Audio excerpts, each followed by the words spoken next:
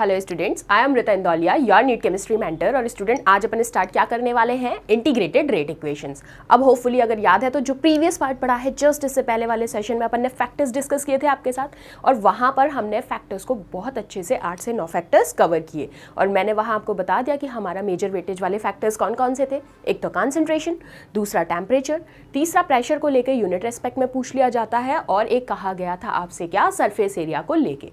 और उससे भी ज़्यादा इंपॉर्टेंट एक और था, वो कौन सा था, इफेक्ट ऑफ कैटलिस्ट। तो अगर आपने फैक्टर्स को अच्छे से रिवाइज कर लिया है, और साथ साथ मैंने कहा था कि एक बार सेकंड वाला जो पार्ट है उसको भी अच्छे से चेक करके आना, रिवाइज करके आना। क्यों? क्योंकि अब हम क्या करने वाले हैं, इंटीग्रेटेड रेट इक्वेशंस। वही जीरो ऑर्डर फर्स्ट ऑर्डर्स के बारे में हम बात करेंगे, और यहाँ पर उनकी हाफ लाइफ डिराइव करेंगे। तो अब यहाँ पर थोड़ा सा मैथमेटिकल कॉन्सेप्ट चलने वाला है। इतनी मैथ्स आप सबको आती है, ज़्यादा बहुत टेंशन में आना नहीं है, और जहाँ कंफ्यूज होगे या डरोगे वहाँ मैं बताने वाली हूँ। तो चलो स्टार्ट करते हैं अपन इंटीग्रेटेड रेट इक्वेशंस को। तो यहाँ सबसे पहले अपन को कुछ टर्म समझनी है छोटी मोटी, जो यहाँ पर आपको काम आने वाली है। कि एक बार तो हम बात करेंगे डिफरेंशियल रेट फॉर्म में, और एक बात करेंगे हम रेट लॉस के फॉर्म में। अब रेट लॉ को भी आपको लिखना आता है, और लॉ ऑफ मास एक्शन को जब हमने रेट लॉ में रिप्रेजेंट किया था तो वो भी आप समझ गए थे। और वहीं से अब अपन ने ड्राइव किया है क्या, डिफरेंशियल रेट इक्वेशन। तो इसका मतलब है क्या, ये ओवरऑल क्या है, वही कंसंट्रेशन डिपेंडेंस है किसकी, रेट की। और रेट से ही आपने ऑर्डर की बात की थी, याद आए एन बाबा, जिनके बारे में मैंने आपको बहुत बार अच्छे से बता दिया है कि ये क्या बता रहे हैं, ऑर्डर बता रहे हैं किसी भी रिएक्शन रेट का। अब यहाँ हमने क्या कहा है, the concentration dependence of rate is simply known as what, differential rate equation. तो पहली चीज ये, तो यहाँ अब क्या करोगे, कोई भी रिएक्शन आ जाए आपको सिर्फ दो फॉर्म्स में उसको लिख के चेक करना है। वो दो फॉर्म्स कौन कौन से हैं, एक तो है डिफरेंशियल रेट फॉर्म और दूसरा है रेट लॉ की फॉर्म में। और फिर वहां से आपको ड्राइव होगा इंटीग्रेटेड फॉर्म, क्योंकि उन दोनों को ही लास्ट में जाके आप क्या करोगे, जब सिमिलराइज करोगे तो आप लास्ट में करोगे उसको इंटीग्रेट। अब ये 1 to 1 स्टेप में अपन को करना है चेक कैसे करना है, ऑर्डर के बेसिस पे। और ऑर्डर के बेसिस पे बात आते ही फिर से बता रही हूं, किसकी बात करेंगे, एन, और हमें 1 to 1 प्लेस करना है। तो सबसे पहले बात करेंगे अपन किसकी, जीरो ऑर्डर रिएक्शन की। उससे पहले एक छोटी सी बात और सुनो, डिफरेंशियल रेट इक्वेशन बात समझ में आ गई, क्या है, कंसंट्रेशन डिपेंडेंस है रेट की। दूसरी चीज ये है, जो इंटीग्रेटेड रेट इक्वेशंस है वो डिफरेंट होती है रिएक्शंस के लिए। कैसे होती है अपन चेक करेंगे, जब एक बार वैल्यू प्लेस करेंगे 0, एक बार वैल्यू प्लेस करेंगे 1, एक बार करेंगे 2। डिपेंड करता है हमें रिएक्शन में जो रिएक्टेंट है उसमें क्या दिया गया है। चलो, और यहाँ से अब आप कौन कौन सी इक्वेशंस की बात कर रहे हैं, सबसे पहले अपन चर्चा करते हैं जीरो और फर्स्ट ऑर्डर को लेके। आओ, तो सबसे पहले अगर जीरो ऑर्डर की बात करूँ तो जीरो ऑर्डर वर्ड से ही तुमको क्या समझ में आ रहा है, मतलब एन की वैल्यू में क्या रखोगे, 0। हमें जो भी रिएक्टेंट दिया गया है, जो भी रिएक्शन है, उसकी रेट यहां पर हमने क्या ले ली है, 0। ठीक है, तो अब हमें सिंपल सबसे पहले लिखना है रेट लॉ। आओ, तो पहले समझे जीरो ऑर्डर रिएक्शन का मतलब क्या हुआ, the rate of the reaction is proportional to zero power of the concentration of reactant. अब पावर किस पे लगा रहे थे हम, कंसंट्रेशन टर्म्स पे। और कंसंट्रेशन टर्म्स हमें कहाँ से मिली है, जब हमने रेट लिखा है। जब हमने रेट लॉ लिखा, कंसंट्रेशन टर्म्स को डिफाइन किया, वहां पर हमने जो पावर देखी वो हमने यहाँ पर चेक की है। अब वही पावर यहाँ पर आपको क्या प्लेस करनी है, सबसे पहले 0। तो चलो, मैंने एक रिएक्शन कंसिडर की कि भाई कोई रिएक्टेंट है, और रिएक्टेंट से क्या बन रहा है, प्रोडक्ट। बेसिक फेनोमेनन लिया कि मैंने कहा कोई रिएक्टेंट है, रिएक्टेंट से बन रहा है प्रोडक्ट। अब यहां अगर मैं इसकी रेट लॉ लिखना चाहूं तो अपन कैसे लिखते थे, देखो, अगर रिएक्शन है मेरी ए से बी, ए मान लिया मेरा रिएक्टेंट है और बी मेरा यहां पर क्या है, प्रोडक्ट है। अगर मेरे को इसका रेट लॉ लिखना है तो अपन रेट ऐसे ही लिखा करते थे, that rate is equals to minus dr by dt। क्योंकि बात किसके रिस्पेक्ट में हो रही है, टाइम के रिस्पेक्ट में, तो बिल्कुल आप क्या लिखेंगे, ये। और यहीं से आपने जब एक कांस्टेंट असाइन किया था तो ये बात भी आपको समझ में आ गई थी। तो अपन ने क्या कहा था, के आर नॉट। तो अब इन दोनों वैल्यूज को आपको क्या करना है, रिलेट। ये वाला फॉर्म कौन सा है, डिफरेंशिएट वाला फॉर्म है, और ये फॉर्म कौन सा है, सिंपल रेट लॉ का फॉर्म।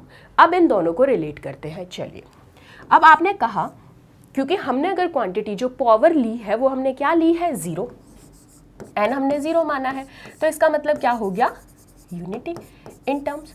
तो चलो उस रिएक्शन रेट को लिख लेते हैं। क्या लिखी थी अपन ने rate, minus dr by dt, यही लिखी है। और यहाँ पर जो अभी आपने देखा था कि अपन ने कांस्टेंट के साथ मल्टीप्लाई कराया था जिसको आप आर नॉट कह रहे थे, क्या ली हमने उसकी वैल्यू 1, तो क्या मैं उसको k × 1 करा सकती हूँ? करा दिया। यहाँ से रेट निकालो तो आपके पास ये आ गया dr is equals to minus k d t. पहली चीज़ तो यहाँ तक तो कोई परेशानी होनी नहीं चाहिए क्योंकि हमारे पास डिफरेंशियल फॉर्म का लिख लिया और नॉर्मल रेट लॉ लिख लिया। अब क्या करोगे, ये जो रिलेशन आया है दोनों साइड इंटीग्रेट कर दो। क्या करना होता है इंटीग्रेट के लिए? ये वाला सिंबल याद आना चाहिए। क्या कह रही हूँ मैं? दोनों साइड में आपको इंटीग्रेट करना है, तो चलो इंटीग्रेट करते हैं। यहाँ इंटीग्रेट कर लूँ मैं r और kt प्लस आई। अब आपका क्वेश्चन बनना चाहिए कि मैम ये i कहाँ से आया? जब मैंने इसको इंटीग्रेट किया है किसकी टाइम के रिस्पेक्ट में, तो आपके पास एक कांस्टेंट जनरेट हुआ दैट इज़ i, और इसी को कहा जाता है कांस्टेंट ऑफ इंटीग्रेशन। ये जो आपने इंटीग्रेट किया है दोनों साइड पे, उससे ये जनरेट हुआ है। तो बिल्कुल भी लापरवाही और गलती नहीं करनी है। ये कांस्टेंट जो है ये रेट कांस्टेंट है और ये जो i है ये क्या है, यहाँ पर इंटीग्रेशन कांस्टेंट है। डिफरेंस समझ आ गया है? फिर से लिख रही हूँ कि जो k है ये है आपका क्या, रेट कांस्टेंट, और जो i है वो क्या है, इंटीग्रेशन कांस्टेंट। तो गलती बिल्कुल नहीं करनी है। कर लोगे? कोई परेशानी नहीं होगी? चलो आओ, अब हमने कंडीशन ली कि टाइम क्या लेना है, 0, क्योंकि टाइम के रिस्पेक्ट में बात हो रही है इसीलिए मैंने उसको डिफरेंशियल फॉर्म में क्या लिखा था, बाय dt। अब कंडीशन में है टाइम मेरा 0, तो कंसंट्रेशन जो है रिएक्टेंट की वो क्या हो गई, ये लो। अब आप क्या करोगे, जब आपको पता चल गया कि ये जो R0 हम ले रहे हैं ये इनिशियल कंसंट्रेशन है, क्या है, इनिशियल कंसंट्रेशन, और किसकी, रिएक्टेंट की, तो इसको मैं फर्स्ट इक्वेशन में रिप्लेस कर दूं, क्या सब्स्टिट्यूट कर दूं, सिर्फ इसकी value r is equals to R0, और फर्स्ट इक्वेशन क्या आ रही थी अपने पास, ये चेक करो, r is equals to kt plus I. अब मुझे इस r की जगह पर क्या रखना है, सिर्फ R0। आओ प्लेस करते हैं। मैंने रखा R0 is equals to minus kt। अब टाइम क्या लिया है, 0, तो यहाँ से ये 0 कैसे आया, क्योंकि हमने टाइम कितना लिया है, 0 टाइम इंटरवल पे, प्लस आई। कोई दिक्कत नहीं। अब देखो तो यहाँ से अगर आप वैल्यू निकालते हो तो ये तो बाबा 0 हो गए, आपके पास क्या आया, R0 इज इक्वल्स टू आई। अब आप देखो r इक्वल्स टू है R0 और R0 इक्वल्स टू आया है I। अब इसकी वैल्यू सब्स्टिट्यूट कर देते हैं फर्स्ट इक्वेशन में। आ जाओ, I की वैल्यू जैसे ही आपने, क्योंकि हमारे पास रिलेशन क्या था, r is equals to minus kt plus I, और I हमारा अभी क्या आया है, R0। तो आपके पास क्या रिलेशनशिप आ गया, इसको प्लेस करोगे इसमें तो r is equals to minus kt plus R0, ये लो, आ गया। आ जाओ, अब सेकंड इक्वेशन जो आई है जिसमें हमने i की वैल्यू रखी है R0, उसको कंपेयर करना है।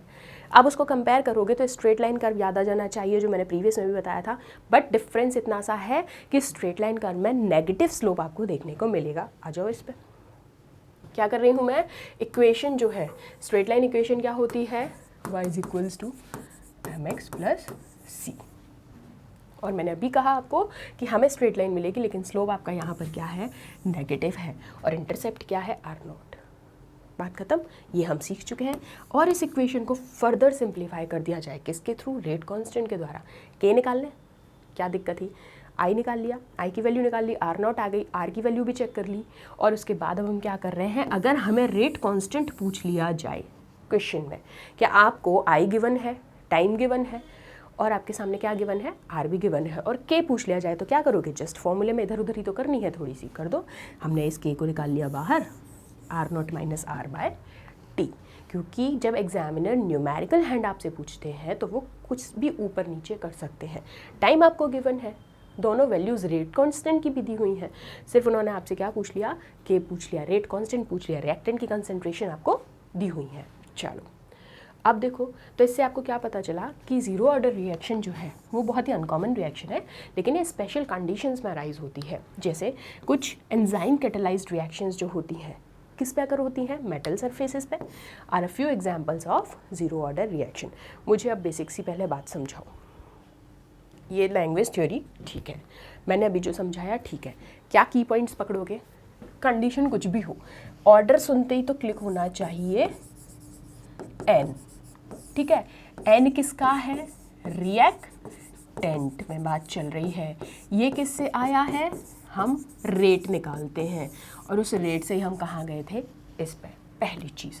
दूसरी चीज़ क्या है, जब कभी भी ऑर्डर की बात की जाएगी तो आप किसके रिस्पेक्ट में बात कर रहे हैं, टाइम के रिस्पेक्ट में।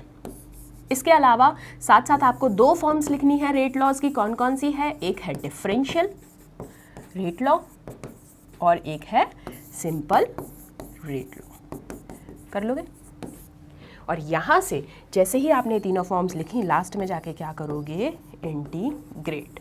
और इंटीग्रेट कराते ही फिर कंडीशन में टाइम चेक करना है कि क्या दिया है, at t is equals to 0, t is equals to 1 या t is equals to fractional value, कुछ भी दिया जाए वैल्यू प्लेस करनी है, आंसर निकाल दोगे। अब न्यूमेरिकल में भी गलती नहीं करोगे, वैसे मैं कराऊंगी न्यूमेरिकल जब अच्छे से प्रैक्टिस हो जाएगी, लेकिन फिलहाल के लिए एक बार को अपन ने समझ लिया। साथ साथ स्लोप क्या आया था, अभी चेक किया अपन ने, ये देखो यहाँ से अपना इंटरसेप्ट था r0, ठीक है, और अपना स्लोप क्या आया था, -k। याद रख लोगे, बस बढ़िया। तो किसकी बात हुई, जीरो ऑर्डर की। और अगर क्वेश्चन में थ्योरी पार्ट पे पूछ लिया जाए कि कहाँ देखी जाती हैं, एंजाइम कैटालाइज्ड रिएक्शंस में, और रिएक्शंस कहाँ कर होती हैं, मेटल के सरफेस पे। साथ साथ जो डिकम्पोजिशन होता है किसका, गैसियस अमोनिया का on a platinum surface is also a zero order reaction at high pressure. बहुत इंपॉर्टेंट है ये वाला एग्जाम्पल, बेटा बहुत बार पूछा जाता है।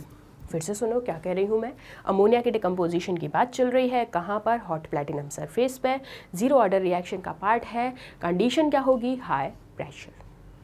आपसे इसको लैंग्वेज में कैसे घुमा के पूछा जा सकता है, पूरी लैंग्वेज आपके पास यहाँ तक गिवन है, सिर्फ ये गायब है और ऑप्शन में यही गिवन होगा, तो पिक करना आना चाहिए। दूसरी चीज़ ये ना हो आपके लिए ये गायब हो, तो कंडीशन क्या, अमोनिया का decomposition, hot platinum surface, under conditions क्या है, हाई प्रेशर। कर लोगे?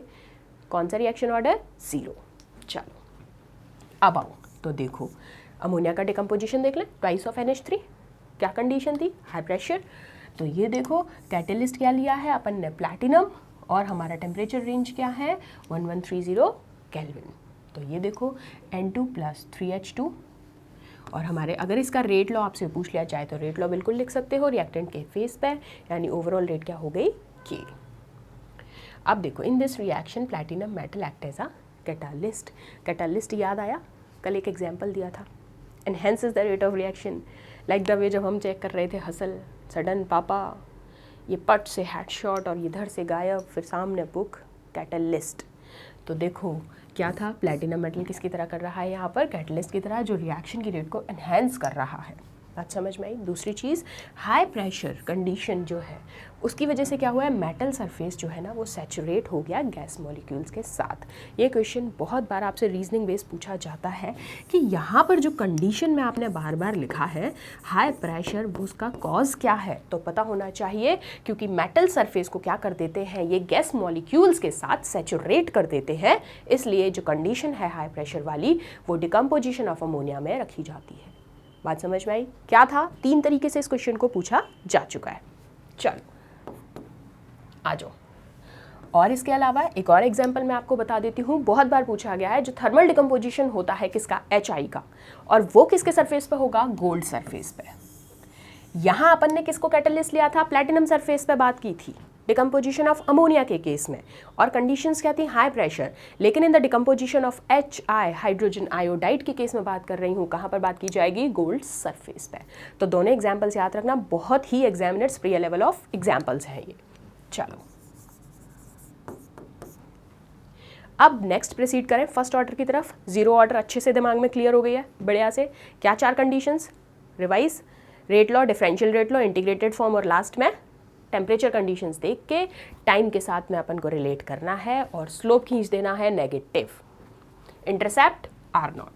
आओ अब आ जाते हैं फर्स्ट ऑर्डर पे। याद हो गई ना फटाफट से, 3 से 4 बार अपन ने उसको रिलेट कर लिया, एक फ्लो में ले लिया। अब फर्स्ट ऑर्डर में क्या करोगे, कंसंट्रेशन में चेंज करना है सिर्फ, जैसे जीरो ऑर्डर में किया सेम वही फर्स्ट ऑर्डर में करना है, सिर्फ और सिर्फ कंसंट्रेशन में चेंज करना है। तो कर देते हैं। सबसे पहले रेट ऑफ रिएक्शन क्या होगी, इसका मतलब यहाँ पर क्या है, फर्स्ट ऑर्डर के केस में डायरेक्टली प्रोपोर्शनल किसके होगी, first power of the concentration of reactant, क्योंकि मैंने यहाँ पर कंडीशन दी है।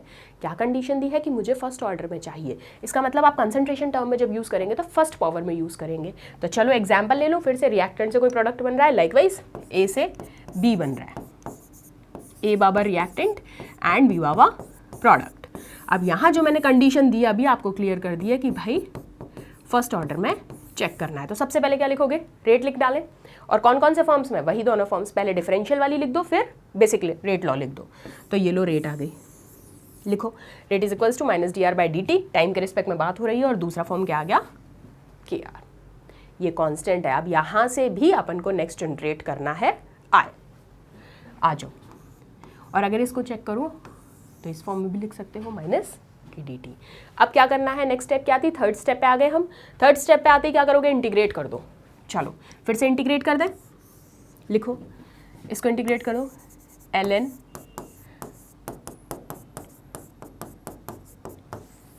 ये फॉर्म आया। अब फिर से आपको दिख रहा है कि यहाँ पर आई आ रहा है।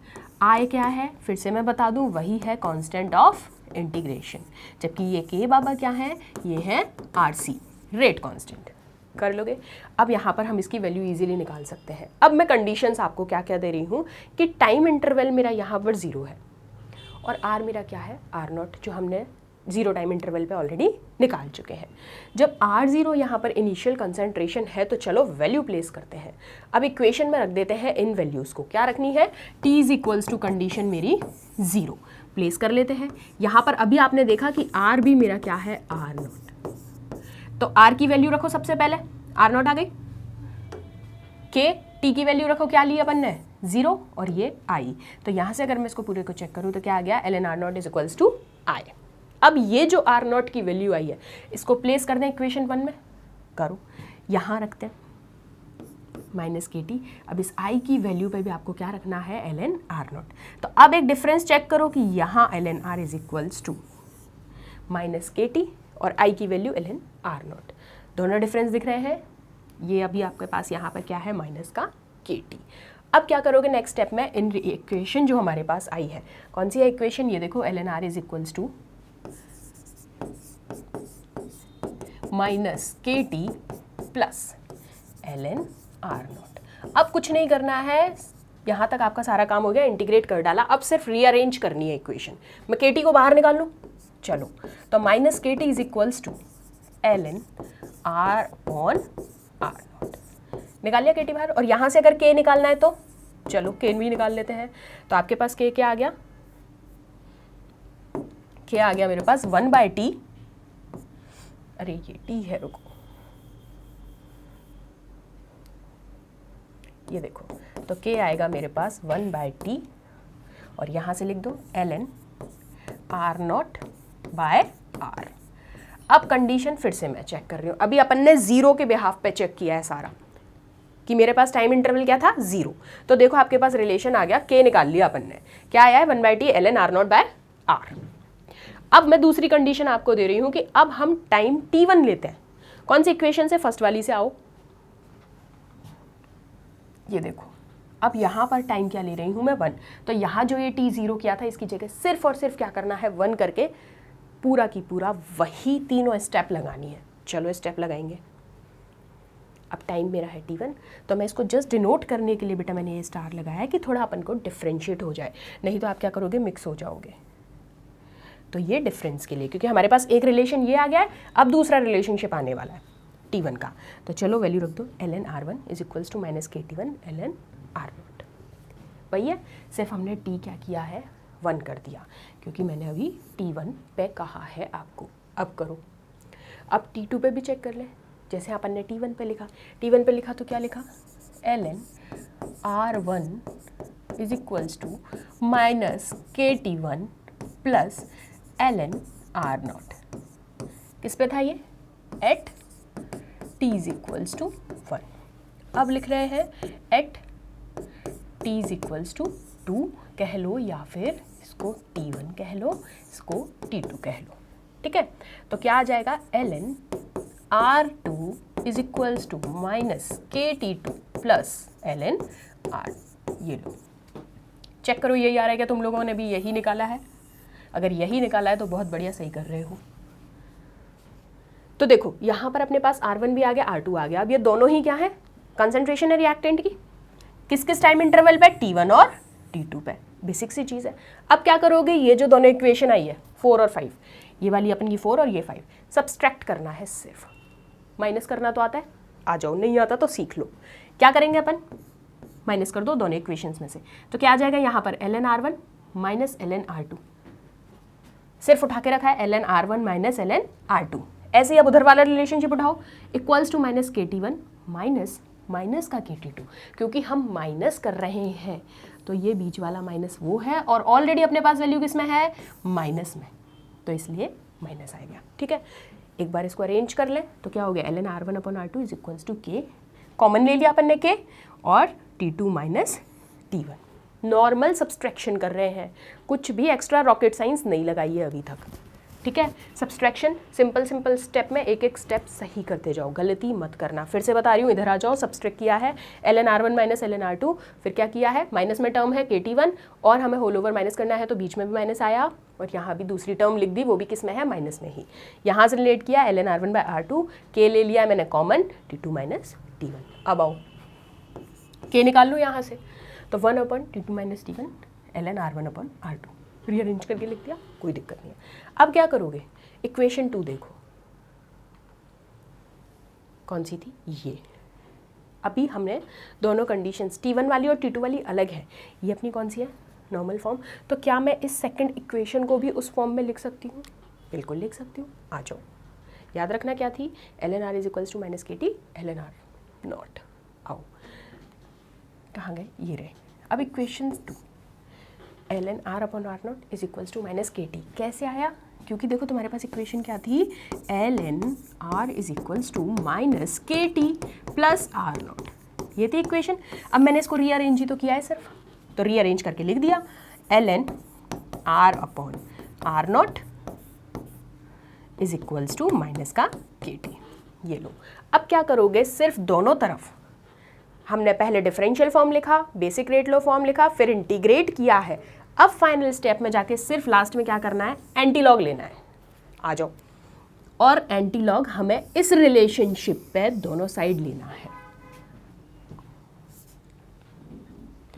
तो देखो, ले यहां पर इस रिलेशनशिप को एक बार इसको रब कर दूं, यहां से स्क्रीन अपने को चाहिए थोड़ा सा स्पेस। आ जाओ, ठीक है। तो देखो, अब जैसे ही अपन इस फॉर्म की बात कर रहे हैं ln r upon r not is equals to minus का के टी, दोनों साइड में एंटीलॉग ले लेते हैं फटाफट से। तो रिलेशन आ गया अपने पास r is equals to r not, ये गायब, e माइनस के टी, ये जो टर्म है कहाँ चली जाएगी, एक्सपोनेंशियल टर्म में। ये अपन ने सीखा था कि जब कभी भी एंटीलॉग की बात कर रहे हैं अपन, तो ln जाएगा और ये जो टर्म है ये पूरी की पूरी किस में चली जाएगी, एक्सपोनेंट में। अब आओ, अब जैसे ही आप इक्वेशन 2 को, और इक्वेशन 2 बार बार मैं बोल रही हूँ तो कौन सी है, वही ln r is equals to minus का k t plus ln r naught. क्या करना है अब, यहाँ जाके लास्ट पार्ट स्लोप खींचना है। चलो, तो रिएक्शन क्या है, ये रही, सॉरी रिएक्शन नहीं, इक्वेशन। इस इक्वेशन को अगर चेक करें तो फिर से वही स्ट्रेट लाइन कर्व दे रही है, y is equals to m x plus c. रख दो किस किस के बेसिस पे, ln r और टाइम के बीच में। क्या आएगा आपके पास, यहाँ पर ये आपका क्या हो गया, इंटरसेप्ट। अब पहले वाले में आपका इंटरसेप्ट था r नॉट और ये यहाँ क्या है, ln r नॉट, और स्लोप क्या आएगा, नेगेटिव माइनस के। ये तो यहाँ से क्या पता चला कि फर्स्ट ऑर्डर रेट इक्वेशन जो है उसका अगर एक और फॉर्म लिखे, जो अपने पास रिलेशन आया, इस फॉर्म में भी लिख सकते हैं लॉग बेस में। क्या करते हैं, सिर्फ लॉग बेस ई में जब चेंज करते हैं तो 2.303 से मल्टीप्लाई करते थे या नहीं करते थे, तो बस उस फॉर्म को चेंज कर दो, k is equals to 2.303 upon t log r naught upon r। क्या है ये दोनों, रिएक्टेंट की कॉन्सेंट्रेशन। इसी के बेसिस पे हमने क्या चेक किया है, टाइम के रिस्पेक्ट में सिर्फ कंडीशन को चेंज करके, एक बार T1 कंडीशन, एक बार T2 कंडीशन, और आपने इन द एंड क्या निकाला है, पूरा रिजल्ट किसके बेसिस पे, इंटीग्रेटेड फॉर्म ऑफ इक्वेशन में। चलो, अब क्या करोगे, अब अगर आपसे ग्राफ पूछ लिया जाता है किस किस के बीच में, लॉग r नॉट और r, दोनों रिएक्टेंट की कंसंट्रेशन है, किसी के भी बेस पे पूछ लिया जाए, और किसके साथ, टाइम के रिस्पेक्ट में। तो क्या ग्राफ बनाओगे बताओ, जब मैंने लॉग बेस ई में कन्वर्ट किया है तब पूछ रही हूँ। तो आपका स्लोप कैसा आएगा, स्ट्रेट लाइन, और नेगेटिव नहीं पॉजिटिव आएगा। अभी तक आपने दोनों ऑर्डर्स में चेक किया है तो हमें याद हो तो हमारा टाइम के रिस्पेक्ट में ये था ln r0 और हमारे पास ये इंटरसेप्ट था, ये क्या है आपका इंटरसेप्ट, और यहाँ से आपका स्लोप नेगेटिव आया। लेकिन अगर आपको पूछा जाता है लॉग बेस के टर्म में तो याद रखना है स्लोप क्या आएगा, k/2.303 and it never would be, sorry क्या आएगा ये, पॉजिटिव। कर लेंगे, चलो अब आओ एग्जाम्पल। पहले जीरो ऑर्डर के एग्जाम्पल बताओ, अभी बताए थे। डिकम्पोजिशन ऑफ अमोनिया और डिकम्पोजिशन ऑफ HI, दोनों में डिफरेंस क्या था, वहाँ प्लेटिनम कैटलिस्ट था, वहाँ क्या था गोल्ड मेटल सरफेस। अब फर्स्ट ऑर्डर का एग्जाम्पल याद करो। फर्स्ट ऑर्डर के एग्जाम्पल में हाइड्रोजनेशन ऑफ इथीन कैसे करेंगे, आ जाओ रिएक्शन लिख डालते हैं पहले फटाफट। C2H4 प्लस H2 क्या बन जाएगा, C2H6 बन गया। रेट लिखो, फटाफट से रेट लिख डालो, क्या हो जाएगी, कांस्टेंट C2H4 लिख दी, बहुत बढ़िया। अब बताना क्या है सिर्फ कि फर्स्ट ऑर्डर रिएक्शन को फॉलो कर रही है, ये चेक कर लो, और वो दोनों केसेस में जीरो ऑर्डर। अब सारे के सारे जो नेचुरल रेडियो एक्टिव डिकेज होते हैं, नेचुरल हो या फिर आर्टिफिशियल हो, किसी भी रिएक्टेंट में आप बात कर रहे हैं, तो अनस्टेबल न्यूक्लियर वहाँ पर जो होता है उसकी वजह से आप कहते हैं कि क्या होती है, कैसी काइनेटिक्स कहलाएगी, फर्स्ट ऑर्डर। बहुत बार पूछा है ये एग्जामिनर बाबा ने। और घुमाते कैसे हैं वो, ये तो आपने क्योंकि रट लिया है कि नेचुरल में भी रेडियो एक्टिव डिके में भी दिमाग में बस ये रखना है कि फर्स्ट ऑर्डर फॉलो करेगा, फर्स्ट ऑर्डर फॉलो करेगा। लेकिन आपके सामने जो क्वेश्चन में जो घुमाने वाली चीज़ है वो क्या है, रीज़न अनस्टेबल न्यूक्लियाई की वजह से। कर लोगे, चलो अब आओ। अब एक टर्म क्या पढ़नी है, हाफ लाइफ। किसकी हाफ लाइफ, इन्हीं लोगों की। क्या करोगे, सिर्फ यहाँ पर जो टाइम है, जो अपना पूरा रिएक्टेंट रेट आई है, उसको जस्ट क्या कर दोगे, हाफ। कंडीशन में क्या कर देना है, हाफ। आ जाओ कैसे करेंगे, सीखो। तो half life of the reaction जो होती है वो टाइम होती है जहाँ पर कंसंट्रेशन जो है रिएक्टेंट की वो रिड्यूस हो जाती है जस्ट हाफ, किसके, इनिशियल कंसंट्रेशन के। ये है बस एक इंपॉर्टेंट लाइन जो तुम्हें याद रखनी है। क्या कहा मैंने, जो रिएक्टेंट की कंसंट्रेशन होती है वो रिड्यूस्ड होके हाफ हो जाती है अपनी इनिशियल कंसंट्रेशन की, और उसको रिप्रेजेंट कैसे करते हैं अपन, टी हाफ से। ठीक है। अब अगर मैं आपसे जीरो ऑर्डर के लिए पूछ लूँ तो आप मुझे फटाफट से रेट कांस्टेंट से लिख के बता पाएंगे। पहले तो जीरो ऑर्डर का रिलेशन बताओ क्या आया था। तो जीरो ऑर्डर का रिलेशन अपना क्या आया था, कांस्टेंट पे पूछ रही हूँ, rate constant K is equals to R0 minus R upon T। Time के रिस्पेक्ट में बात की थी। अब यहाँ पर सिर्फ क्या कंडीशन लगानी है, हाफ करना है अपने को कंसंट्रेशंस को। तो कंडीशन में मैंने लिया T is equals to T half और R is equals to 1/2 R0। सिर्फ इन दोनों वैल्यूज़ को इस रिलेशन में रख दो, सिर्फ इतना सा काम कर दो। रिलेशन निकालना सीख लिया अभी। अब इस रिलेशनशिप में सिर्फ और सिर्फ टाइम की कंडीशन हाफ कर दी है, और जो मेरा R0 की वैल्यू आई थी रिएक्टेंट कंसंट्रेशन वो मैंने हाफ कर दी है। दोनों हाफ करके वैल्यू प्लेस कर दो। चलो तो क्या करेंगे, रेट कांस्टेंट में दोनों वैल्यूज़ रखते हैं। अपन ने लिखा K is equals to R0 minus 1/2 R0 upon T half, यही लिखा है। अब यहाँ से T हाफ निकाल लो फटाफट से। T हाफ को बाहर ले लूँ मैं, आ जाओ। तो क्या आ जाएगा, R0 अपॉन 2K, यही आ रहा है, कोई दिक्कत नहीं है। चलो अब आगे क्या करोगे, इससे तुमको क्या क्लियर हुआ कि जो T हाफ है जीरो ऑर्डर रिएक्शन के लिए वो तो डायरेक्टली प्रोपोर्शनल है इनिशियल कंसंट्रेशन के, और इनवर्सली प्रोपोर्शनल किसके है, रेट कांस्टेंट के। अभी चेक किया अपन ने, कैसे, ये देखो, यहाँ से आपने इस वैल्यू को रखा, टी हाफ की वैल्यू रखी, यहाँ से आपने R0 की वैल्यू रख दी जस्ट हाफ करके। हमने यही कहा है रिएक्टेंट की कंसंट्रेशन जस्ट हाफ हो जाएगी अपनी इनिशियल कंसंट्रेशन के। बस अगर ये पॉइंट याद रह गया तो अब काम बन जाएगा तुम्हारा। हमने वैल्यू रखी, हमने टी हाफ जब कैलकुलेट किया है तो क्या आया है, R0/2K। तो देखो यहाँ से डायरेक्टली और इनवर्सली दोनों रिलेशनशिप्स, डायरेक्टली प्रोपोर्शनल किसके रिस्पेक्ट में है, जीरो ऑर्डर, और इनवर्सली किसके है, फर्स्ट। और सुनो एक बात, क्या कहा मैंने, जो टी हाफ है इस पॉइंट को लिख लो और रट लो। डायरेक्टली प्रोपोर्शनल किसके हैं? इनिशियल कंसंट्रेशन के। हैंड राइटिंग पे मत जाया करो, शब्दों में जाया करो। किसके रिस्पेक्ट में बात कर रही हूं मैं? जीरो में। लिख ली? ठीक है। और ऐसे फर्स्ट के लिए वो भी लिख दो। और t half is inversely proportional to k. K क्या है? Rate constant. कर लिया? चलो, और अब फर्स्ट ऑर्डर के लिए चेक कर ले। क्या थी फर्स्ट ऑर्डर? फर्स्ट ऑर्डर का रिलेशनशिप याद है? नहीं है तो लिखो। क्या आया था? k is equals to 2.303 by t log r naught upon r. Check कर लो भाई, कंडीशन वही है, वही टी हाफ वाली। तो t half r is equals to r not by 2। तो इस अकॉर्डिंग अगर अबव इक्वेशन को मैं चेक करूं तो क्या बन जाएगी?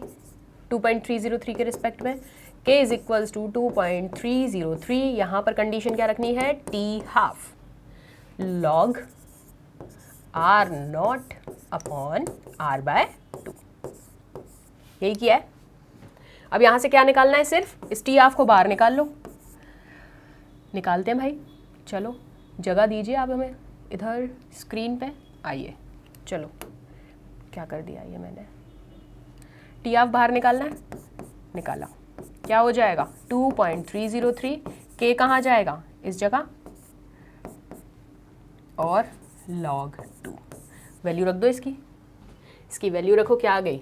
0.301 से कर दो मल्टीप्लाई, और यहाँ से टी हाफ निकालो तो तुम्हारे पास आ गया 0.693 बाय के। किसके रिस्पेक्ट में? First order.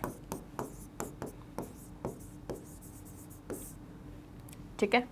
तो यहाँ से क्या देखा कि फर्स्ट ऑर्डर रिएक्शन के लिए हाफ लाइफ पीरियड कांस्टेंट होता है, पहली चीज़। मतलब ये इंडिपेंडेंट होता है इनिशियल कंसंट्रेशन का, और वो जनाब बिल्कुल डिपेंडेंट थे। तो दोनों में डिफरेंस कर लोगे। यहाँ पर log 2 आया, इसलिए अपने पास ये चेंज आया है 0.693 का। कर दोगे? करना ही। आओ अब देखो, तो half life of first equation क्या कहती है कि ये रेट कांस्टेंट को भी बता दिया, वाइस वर्सा। दूसरी चीज़, जीरो ऑर्डर रिएक्शन के केस में, ये मैंने यहाँ दोनों लिख दिए हैं इम्पॉर्टेंट पापा। टी हाफ क्या है? आर नॉट के डायरेक्टली प्रोपोर्शनल है, और यहाँ पर टी हाफ इंडिपेंडेंट है। कर दोगे? बहुत बढ़िया। तो देखो, अब हमको यहाँ से क्या पता चला कि फर्स्ट ऑर्डर रिएक्शन क्या कर रही है? हाफ लाइफ पीरियड में कांस्टेंट है। अब यहाँ से और एक चीज़ और कि इनिशियल कंसंट्रेशन के इंडिपेंडेंट है। अब देखो, तो हाफ लाइफ अपने फर्स्ट ऑर्डर की निकाल ली आराम से, रेट कांस्टेंट के लिए भी, और वाइस वर्सा भी निकाल सकते हैं। साथ साथ दोनों को याद रखना, बिल्कुल रट लो दिमाग में। हाफ लाइफ के रिस्पेक्ट में पूछा जाए, जीरो ऑर्डर के रिस्पेक्ट में टी हाफ अपना कितना है? डायरेक्टली प्रोपोर्शनल है इसके आर नॉट के, भाई रिएक्टेंट कंसंट्रेशन के। जबकि फर्स्ट ऑर्डर के केस में भाई साहब इंडिपेंडेंट है। बस तो ये बात याद रखना। कर लोगे? ये देखो, तो अब अपन ने सिर्फ इंटीग्रेटेड रेट लॉ पढ़ा, ज़ीरो ऑर्डर और फर्स्ट ऑर्डर आपके सिलेबस में था, उस अकॉर्डिंग साथ साथ हमने इसकी हाफ लाइफ कवर की। अब यहाँ से अपन नेक्स्ट प्रोसीड करेंगे टेम्परेचर डिपेंडेंस फैक्टर्स की तरफ। लेकिन टेम्परेचर डिपेंडेंस जो है कंसंट्रेशन की, वो अपन चेक करेंगे। उससे पहले मैं आप लोगों को कहना चाहूँगी, फिर से एक बार इस सेशन को एक दो बार और देखना, चीटिंग करके लिखना, चाहे कैसे भी करना, लेकिन ड्राइव एक बार खुद से करके ज़रूर देखना, क्योंकि ये पूरा की पूरा मैथमेटिकल पार्ट था। बहुत बड़ा रॉकेट मैथ्स नहीं था, सिंपल मैथ्स था, जिसमें आपने 3 फॉर्म्स पे गए हो। सबसे पहले आपने रेट लॉ लिखा, फिर उसको डिफरेंशिएट किया है, देन आफ्टर आपने इंटीग्रेट किया है, और लास्ट में एक छोटा सा पार्ट था एंटी लॉग वाला जो मैंने बताया। तो स्टेप्स को उसी वे में फॉलो करना है, और कंडीशन क्या है हमारी? टाइम को चेंज कर करके। हमने इनिशियल में 0 पे लिया, फिर हमने 1 पे लिया, और एक बार हमने टी हाफ की कंसंट्रेशंस पे भी लिया। ठीक है, तो ये पार्ट था आपका किसका? इंटीग्रेटेड रेट लॉस को लेके। नेक्स्ट पार्ट में आपसे मिलेंगे टेम्परेचर डिपेंडेंस के साथ। तो तब तक please revise it well, and thank you so much.